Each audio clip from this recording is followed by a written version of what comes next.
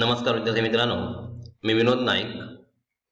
आपण पाहत आहोत इयत्ता 10वीचा विज्ञान, त्याच्यामध्ये पार्ट पहिला आणि लेसन 9 कार्बनी संयुगे. आतापर्यंत आपण 3 सेशन पाहिले विद्यार्थी मित्रांनो. त्यामध्ये मागील सेशनमध्ये आपण पाहिलं की संपृक्त आणि असंपृक्त हायड्रोकार्बन म्हणजे काय. मुळात हायड्रोकार्बन म्हणजे ज्याच्यामध्ये कार्बन आणि हायड्रोजन आहे त्यालाच हायड्रोकार्बन असं म्हटलं जातं.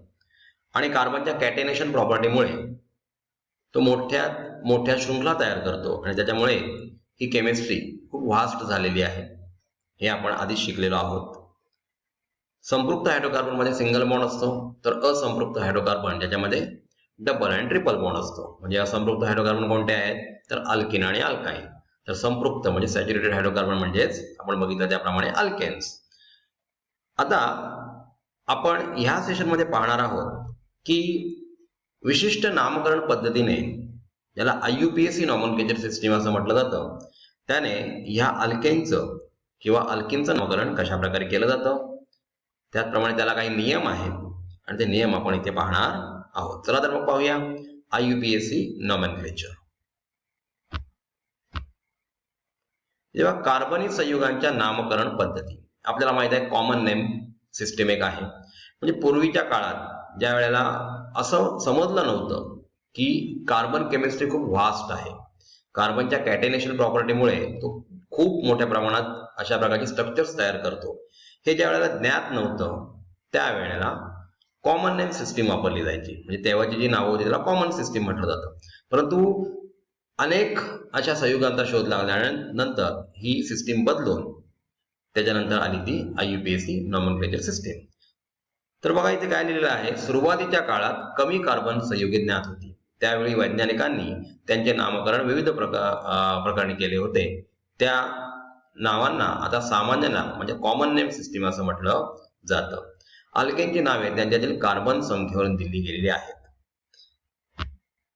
इथे पहा C5H12 हे रेणुसूत्र असलेले 3 रचनासूत्रे आपल्याला काढायची आहेत. पहिला आपण त्याने N पेंटेन म्हणजे नॉर्मल, ही नॉर्मल चेन असलेले काढलेले म्हणजे N पेंटेन. I म्हणजे आपण आयसो ज्याला म्हणतो, म्हणजे कुठल्या तरी एका कार्बनवर आपल्याला एक ब्रँच कार्बन तयार करायचा असतो. आणि निओ पेंटेन म्हणजे मध्ये एक कार्बन आणि बाजूला 4 कार्बन, अशा प्रकारे त्याचं स्ट्रक्चर आणि त्याची व्हॅलन्सी जी आहे ती उरलेली व्हॅलन्सी आपण हायड्रोजनने सेट करतो. म्हणजे बघा C5H12 काढताना पहिले आपण 5 कार्बन ॲटम काढणार. पहिल्या आणि शेवटच्या कार्बनवर आपण 3-3 हायड्रोजन जोडणार, कारण कार्बनची व्हॅलन्सी आपल्याला 4 सेट करायची आहे. पुढल्या कार्बन बरोबर तो एक बॉन्ड तयार करतो, उरलेले बंध तो हायड्रोजन बरोबर तयार करतो आणि मधल्या 3 कार्बनवर आपण 2-2 हायड्रोजन टाकणार आणि त्याच्यानुसार त्याचं स्ट्रक्चर तयार होणार.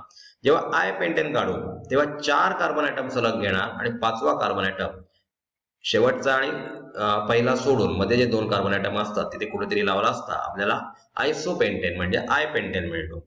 आणि निओ मध्ये आणि इथे राहिलेल्या व्हॅलन्सी आपण म्हणजे 4 व्हॅलन्सी असल्यामुळे राहिलेल्या व्हॅलन्सी आपण हायड्रोजननी सेट करायच्या असतात. कार्बन कार्बन बंध असेल तो एक बंध झाला आणि उरलेले 3 आपण त्याच्यावर हायड्रोजन जोडतो. नंतर निओ पेंटेन बघा, निओ पेंटेन मध्ये मध्यभागी एक कार्बन आणि त्याला जोडून 4 बाजूला 4 कार्बन, अशा प्रकारे हे 5 कार्बन ॲटम आपण जॉईन करतो आणि प्रत्येक कार्बनवर आपण 3-3 हायड्रोजन जोडणार, कारण त्याची व्हॅलन्सी जी आहे ती 4 आहे आणि मधल्या कार्बन बरोबर प्रत्येक कार्बनने एक एक बंध तयार केलेला आहे. अशा प्रकारचं स्ट्रक्चर आपण त्याचं तयार करू शकतो. C6H14 म्हणजे हेक्झेनचं सूत्र आहे. हे रेणुसूत्र असलेली सर्व संभाव्य रचनासूत्रे काढा. जशी आपण पेंटेनची काढली त्याप्रमाणे तुम्ही हेक्झेनची सुद्धा वेगवेगळ्या प्रकारची रचनासूत्र काढू शकता.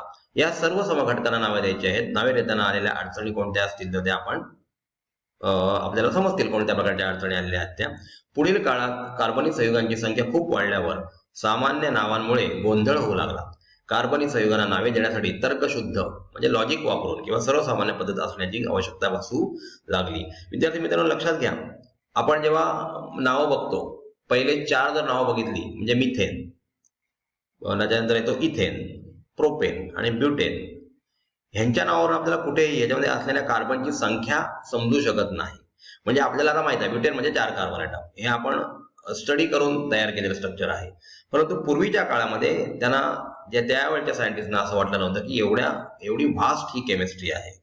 म्हणून त्याच्यानंतर आलेला जो कार्बन आहे 5 कार्बन ॲटम असलेला अल्केनला त्यांनी पेंटेन, पेंट म्हणजे काय तर 5, हेक्झेन म्हणजे 6, जसं आपण हेक्झॅगॉन म्हणतो षटकोनाला, त्याचप्रमाणे हेक्झेन म्हणजे 6, हेप्टेन म्हणजे 7. अशा प्रकारे त्यांच्या नंबरवरून त्यांना नावं देण्यात आली. इथे बघा IUPAC म्हणजेच याला UPAC असं म्हटलं जातं, नामकरण पद्धती म्हणजे IUPAC नॉमेनक्लेचर सिस्टीम.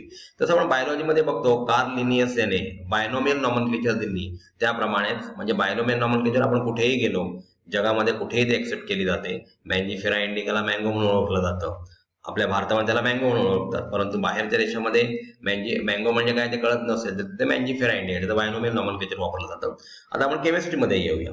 त्याचप्रमाणे केमिस्ट्रीची सुद्धा एक सिस्टीम आहे ज्याला IUPAC सिस्टीम असं म्हटलं जातं किंवा UPAC सिस्टीम असं म्हटलं जातं. याचा लॉंग फॉर्म आहे international union of pure and applied chemistry. या संस्थेने संयुगांच्या संरचनेवर आधारित नामकरण पद्धती मांडली व ती जगभर मान्यता पावली, म्हणजे ही वर्ल्ड वाईड एक्सेप्ट केलेली अशी पद्धती आहे. या पद्धतीमध्ये सर्व प्रकारच्या कार्बनी संयुगांना विशिष्ट नाव देण्याची तरतूद आहे. आपण येथे एकच क्रियात्मक गट असलेल्या काही सरळ शृंखला संयुगांना IUPAC नाव कसे देतात हे पाहूया. आता हे नाव देताना लक्षात ठेवा, उपसर्ग म्हणजे प्रिफिक्स, जनक म्हणजे पॅरेंट्स आणि प्रत्यय म्हणजे सफिक्स, अशा प्रकारे हे नाव दिलं जातं. आता उपसर्ग म्हणजे काय, म्हणजे प्रिफिक्स म्हणजे काय, जनक पॅरेंट म्हणजे काय आणि प्रत्यय म्हणजे सफिक्स म्हणजे काय, याच्याशी आपण पुढील चार्टमध्ये पाहणार आहोत. संयुगाला IUPAC नाव देताना त्या संयुगाच्या जनक अल्केनचे नाव आधारभूत धरतात. म्हणजे 5 कार्बन ॲटम असतील तर त्याला आपण पेंटेन म्हणणार, 4 कार्बन असतील तर त्याला ब्युटेन म्हणणार, 6 कार्बन ॲटम असतील तर हेक्झेन, 3 असतील तर प्रोपेन. म्हणजे हे झालं जनक नाव झालं, म्हणजे पॅरेंट नाव झालेलं आहे. जनक अल्केनच्या नावाला योग्य ते प्रत्यय व उपसर्ग जोडून संयुगाचे नाव तयार करतात. उदाहरणार्थ अल्कोहोल असेल तर ह्याचा प्रत्यय काय असेल तर इथेन आणि पुढे अल्कोहोलिक ग्रुप असेल OH ग्रुप, तर इथेनॉल, ऑल हे त्याचं काय झालं प्रत्यय झालं. ह्याच्या अगोदर जर ह्या स्ट्रक्चरला कुठे क्लोरीन लागलेला असेल तर किती नंबर पोझिशनला क्लोरीन आहे, म्हणजे 2 क्लोरो इथेनॉल असं आपण म्हणत असू तर 2 नंबरचा पोझिशनला क्लोरीन आहे, म्हणजे 2 क्लोरो इथेनॉलच्या नावाअगोदर लावले त्याला उपसर्ग किंवा प्रिफिक्स असं म्हटलं जातं. सरळ शृंखला संयुगाच्या IUPAC नामकरणातील पायऱ्या पुढील प्रमाणे आहेत.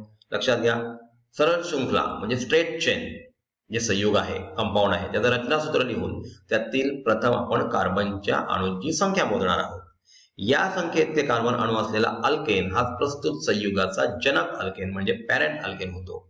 या जनक अल्केनचे नाव इंग्रजीत लिहायला लागतं. म्हणजे बघा, 4 कार्बन ॲटम असतील तर ब्युटेन, 8 कार्बन ॲटम असतील तर ऑक्टेन, अशा प्रकारे आपल्याला ते इंग्लिशमध्ये लिहायचं आहे. प्रस्तुत संयुगाच्या कार्बन शृंखलेमध्ये दुहेरी बंध असेल तर जनक नावाच्या शेवटी एन ऐवजी इन, म्हणजे समजा आपण प्रोपेन हे स्ट्रक्चर विचार केलं, याच्यामध्ये एक डबल बॉन्ड असेल तर त्याला आपण त्या डबल बॉन्डची पोझिशन लिहून त्याला अल्कीन असं म्हटलं जातं, म्हणजे हा प्रोपीन झाला. अल्केनचा प्रोपेनचा ANE काढून एच्या ठिकाणी ई लावायचा, म्हणजे इन झाला.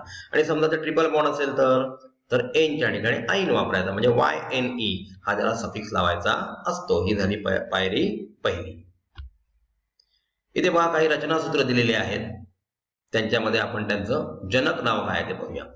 पहिलं स्ट्रक्चर ज्याच्यामध्ये 3 कार्बन ॲटम आहेत. आपण हायड्रोजनचा आता विचार करणार नाही आहोत, याचं कारण हायड्रोजन तिथे व्हॅलन्सी सेट करण्यासाठी लावलेला आहे. 3 कार्बन म्हणून त्याला प्रोपेन म्हटलं जातं. 2 कार्बन आणि 1 हायड्रॉक्सिल ग्रुप म्हणजे 2 कार्बन म्हणून इथेन, त्याला इथेनॉल बोलतात, हे आपण नंतर बघणार आहोत. फक्त आपण ह्या चार्टमध्ये बघतोय की त्याचं जनक नाव कशा प्रकारे घेतलं जातं.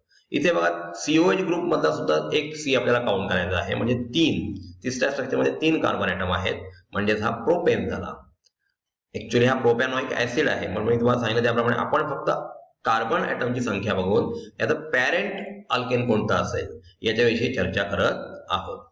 इथे चौथ्या स्ट्रक्चरमध्ये बघा 4 कार्बन, CHO ग्रुप मधला सुद्धा 1 कार्बन आपल्याला काउंट करायचा आहे, म्हणजे हा ब्युटेन झाला. 5व्या स्ट्रक्चरमध्ये आपल्याला 3 कार्बन दिसत आहेत, म्हणजे याचे 3 कार्बन म्हणून हा प्रोपेन, परंतु इथे डबल बॉन्ड असल्यामुळे त्याला अल्किन म्हणून प्रोपिन बोललेले आहेत. त्याच्यानंतर 6व्या कार्बन ॲटम मध्ये 3 कार्बन ॲटम आहेत, परंतु ट्रिपल बॉन्ड आहे. याचं पॅरेंट नेम असेल ते प्रोपेन असेल, परंतु ट्रिपल बॉन्ड एक असल्यामुळे हे प्रोपाइन झालेलं आहे. अशा प्रकारे IUPAC नॉमेनक्लेचर मध्ये जनक नाव म्हणजेच त्याचं पॅरेंट्स नेम दिलं जातं. पहिली दुसरी बघा, स्टेप सेकंड काय आहे. रचनासूत्रामध्ये एखादा क्रियात्मक गट असल्यास जनक नावातील शेवटचे ई हे अक्षर काढून त्या जागी क्रियात्मक गटांचे संक्षिप्त नाव म्हणून प्रत्यय जोडावा लागतो. आता आपल्याला माहितच आहे क्रियात्मक गट म्हणजे फंक्शनल ग्रुप कोणकोणते बघितले आपण. तर पहिला आपण बघितला होता अल्कोहोलिक ग्रुप OH, त्याच्यानंतर CHO अल्डिहाइडिक ग्रुप, तर COOH कार्बोक्सिलिक ऍसिड, नंतर CO म्हणजे आपण बघितला होता किटोनिक ग्रुप, नंतर इस्टर नुसता O, CO म्हणजे इथर म्हणजे O आणि इस्टर म्हणजे CO, अशा प्रकारचे आणि अमाइन ग्रुप अशा वेगळ्या प्रकारचे आपण क्रियात्मक गट बघितले होते. आणि त्यानुसार जर क्रियात्मक गट असेल तर शेवटचे ई हे अक्षर काढून त्या जागी क्रियात्मक गटाचे संक्षिप्त नाव आपल्याला लिहायचं आहे. म्हणजे याला फक्त अपवाद हॅलोजन आहे. हॅलोजन हा सुद्धा क्रियात्मक गट आहे, परंतु हॅलोजन नेहमीच उपसर्ग म्हणून लिहिला जातो, म्हणजे प्रिफिक्स म्हणून लिहिला जातो. आता इथे समजा अल्कोहोल असेल आणि प्रोपेन असेल तर ई काढून प्रोपेनॉल, तर अल्डिहाइडिक ग्रुप असेल आणि प्रोपेन असेल, लास्टच्या कार्बन ऍटम CHO असेल तर प्रोपॅनल, मधल्या कार्बनवर C डबल बॉन्ड O जो आहे किटोनिक ग्रुपचा तो नेहमी इतर बाजूला कमीत कमी 2 कार्बन आणि मधल्या कार्बनवर असतो, आणि शेवटला जर आला तर तो अल्डिहाइडिक ग्रुप होईल. म्हणजे ह्याला प्रोपॅनोन असं म्हटलं जाईल, कारण किटोन मध्ये ON शेवटला येतो. कार्बोक्सिलिक ऍसिड असेल तर प्रोपॅनॉइक ऍसिड, अशा प्रकारे त्याचं नामकरण केलं जातं. तिसरी स्टेप बघा, कार्बन शृंखलेतील कार्बन अणूंना एका टोकाकडून दुसऱ्या टोकापर्यंत अंक द्यायचे म्हणजे नंबरिंग करायचं आहे. CHO किंवा COH या क्रियात्मक गटातील कार्बनला 1 हा अंक द्या. म्हणजे CHO, COH किंवा OH कुठेही असेल तर त्या एंड पासून किंवा C डबल बॉन्ड O असेल, C डबल बॉन्ड O ला सुद्धा आपल्याला लिस्ट नंबर आला पाहिजे, अशा प्रकारे त्याचं नंबरिंग करायचं आहे. हे क्रियात्मक गट नसतील तेव्हा शृंखलेचे अंक 2 दिशांनी होऊ शकते. ज्या अंकनामुळे क्रियात्मक गट धारण करणाऱ्या कार्बन अणूला लहान अंक मिळेल ते अंकन ग्राह्य धरा. म्हणजे लिस्ट नंबर त्या क्रियात्मक गटाला आला पाहिजे. म्हणजे आपल्या पहिल्यापासून जर CHO, CH2, CH2, CH3 असेल तर आपल्याला पहिल्यापासून करायचं आहे 1, 2, 3, 4, आणि हा CHO ग्रुप जर शेवटला असेल तर तिकडून नंबरिंग करत आपल्याला यायचं आहे. हा IUPAC चा नियम आहे. इथे पहा CH2, CH2OH याच्यामध्ये OH ग्रुप हा क्रियात्मक गट आहे. याला ऑल, अल्कोहोल म्हणून ऑल असं म्हटलं जातं. इथेनला लागलेला आहे आणि म्हणून त्याचं नाव इथॅनॉल असं होतं. याच्यामध्ये उपसर्ग म्हणजे दुसरा कुठलाही हॅलो ग्रुप लागलेला नाही आणि त्याच्यामुळे ह्याला उपसर्ग लावलेला नाही, प्रिफिक्स नाही. CH3, CH2, Cl आता तुम्हाला सांगितलं हॅलो ग्रुप जर असेल तर तो उपसर्ग म्हणून लावला जातो, तो प्रत्यय म्हणून लावला जात नाही. इथे पॅरेंट नेम इथेन आहे आणि म्हणून क्लोरो इथेन हे त्याचं नाव होईल. ब्रोमिन असेल तर ब्रोमो इथेन. त्याच्यानंतर चौथा ग्रुप बघायचा CHO लागलेला आहे म्हणजे अल्डिहाइडिक ग्रुप आहे आणि ह्याचा जेव्हा नॉमेनक्लेचर केलं जातं तेव्हा शेवटला अल वापरलं जातं. म्हणजे प्रोपेनॉल, आल किंवा अल त्याला म्हटलं जातं. प्रोपेनॉल, CH3, CH2, CHO ह्याचा नंबरिंग आता CHO ग्रुप पासून करणार 1, 2 आणि 3, त्याला प्रोपेनॉल असं म्हटलं जातं. नंतर COH ग्रुप आपल्याला दिसतोय, ज्यात 2 कार्बन, COH ग्रुपचा सुद्धा 1 कार्बन आपल्याला इथे काउंट करायचा आहे. हा ऑइक ऍसिड याला म्हटलं जातं. म्हणजे पॅरेंट नेम याचा आहे इथेन 2 कार्बन असल्यामुळे, आणि इथेनचा ई काढून तिथे ऑइक ऍसिड असं नाव लिहायचं आहे. CH3, CH2 म्हणजे हा अमीन आहे. मिथेन म्हणजे मिथेन अमीन, अशा प्रकारचा आपण त्याला बोलू शकतो. CO म्हणजे हा किटोनिक ग्रुप आहे आणि प्रोपेनचं स्ट्रक्चर असेल आणि मधल्या कार्बनवर जर C डबल बॉन्ड O असेल, कारण प्रोपेनच्या स्ट्रक्चरमध्ये 3 कार्बन ऍटम असतात. विद्यार्थी मित्रांनो लक्षात ठेवा, किटोनिक ग्रुप जो आहे तो नेहमीच मधल्या कुठल्या तरी कार्बनवर जोडायचा असतो, तो शेवटच्या किंवा पहिल्या कार्बन ऍटमवर जोडताच येत नाही. याचं कारण किटोनिक ग्रुप असायला पाठी आणि पुढे अल्किल ग्रुप असावे लागतात आणि त्याप्रमाणे ते आपण लिहित असतो. आणि समजा प्रोपेन असेल तर ई काढून ओन लिहायचं म्हणजे प्रोपॅनोन. हे किटोन असल्यामुळे त्याला आपण ते बोलू शकतो. इथे बघा रचनासूत्र दिलेले आहेत. 1, 2, 3 कार्बन पहिले दिसतात आपल्याला.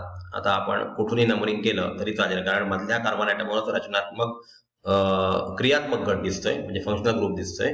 तर जो OH ग्रुपचा जो कार्बन आहे तो मिडल पोझिशनला येईल आणि म्हणून प्रोपॅन टू ऑल असं त्याचं नाव आहे. त्याच्यानंतर आपण बघा क्लोरो ग्रुप कुठे लागलेला आहे, दुसऱ्या स्ट्रक्चर मध्ये, तिथून त्या एंड पासून नंबरिंग करायचं आहे. म्हणजे CH3 ला पहिला नंबर येईल, 1, 2, 3, 4 म्हणजे 2 नंबर लिस्ट नंबर त्या फंक्शनल ग्रुपला आला पाहिजे. अशा प्रकारे 2 क्लोरो आणि 5 कार्बन ऍटम असल्यामुळे हा पेंटेन झालेला आहे. त्याच्यानंतर इथे बघा तिसरं स्ट्रक्चर जे आहे त्याच्यात C डबल बॉन्ड O आहे म्हणजे हा किटोन आहे.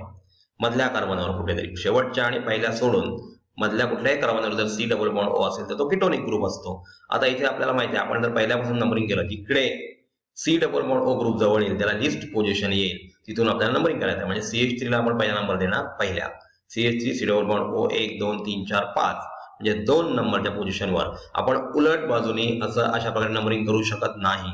दुसऱ्या कॉलम मध्ये बघा दाखवलेला आहे, कारण त्या क्रियात्मक गणाला तेव्हा 4 नंबर जातो, मग असं चालत नाही. तर आपण ग्राह्य अंकन कुठलं केलेलं आहे, तर तिथे 2 नंबरला सी डबल बॉन्ड येतो. म्हणजे याचा अर्थ याचा पॅरेंट नेम काय तर पेंटेन, आणि याच्यामध्ये 2 नंबर पोझिशनला सी डबल बॉन्ड ओ म्हणजे किटोनिक ग्रुप असल्यामुळे पेंटेन 2 असं त्याचं स्ट्रक्चरचं नाव आहे. इथे पहा काही कार्बनी संयुगांची सामान्य नावे, रचनासूत्रे व IUPAC नावं दिलेली आहेत. IUPAC नाव आपल्याला ओळखायचे आहेत. इथिलीन हे याचं कॉमन नेम झालं. आता 1 नंबर पोझिशनला कुठूनही गेलात तरी 1 नंबर पोझिशनला तुम्हाला डबल बॉन्ड दिसतोय.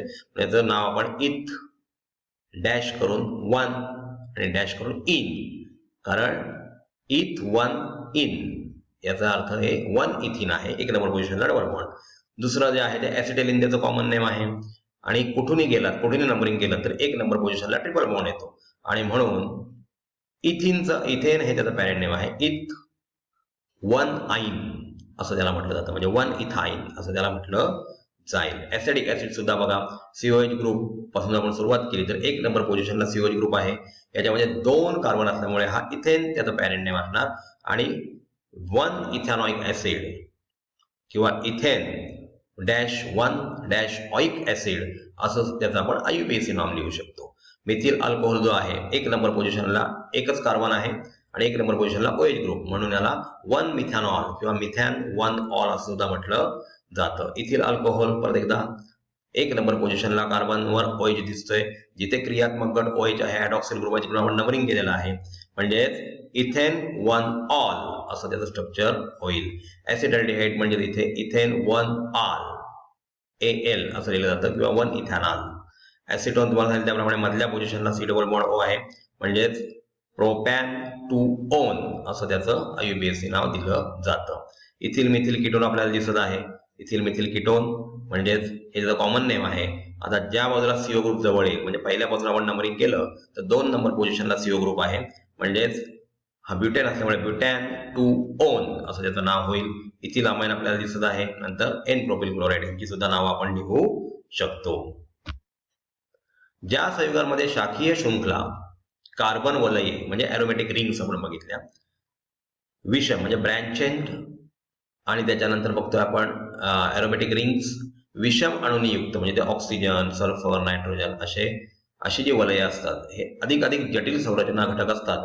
त्यांची IUPAC लिहिण्यासाठी आणखी काही पायऱ्या आवश्यक आहेत, आणि त्या पायऱ्यांचा अभ्यास आपण पुढील इयत्तांमध्ये करणार आहोत. विद्यार्थी मित्रांनो, आपण जे आतापर्यंत बघितलं ते IUPAC नॉमनक्लेचर बेसिक प्रकारचं आहे.